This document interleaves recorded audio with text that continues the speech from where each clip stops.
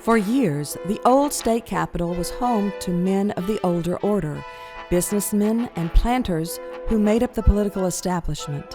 In 1928, though, a new man appeared on the Capitol steps. From the far piney woods of north-central Louisiana, way off in Wynn Parish, Huey Long arrived with a fire in his spirit.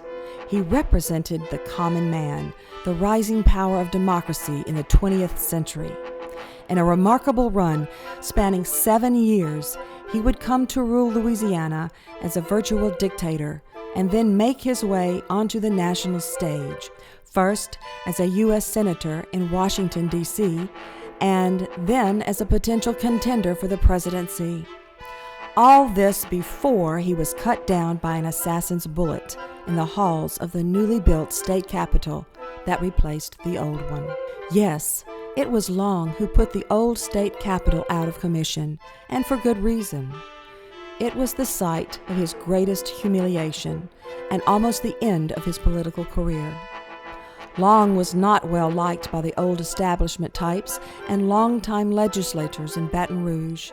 He was loud, rude, and didn't play by the rules.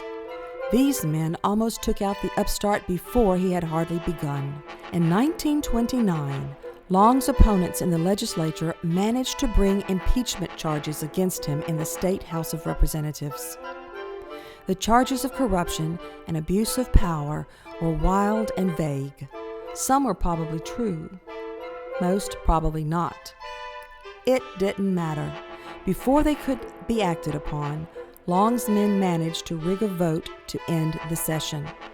Chaos erupted. Fists flew.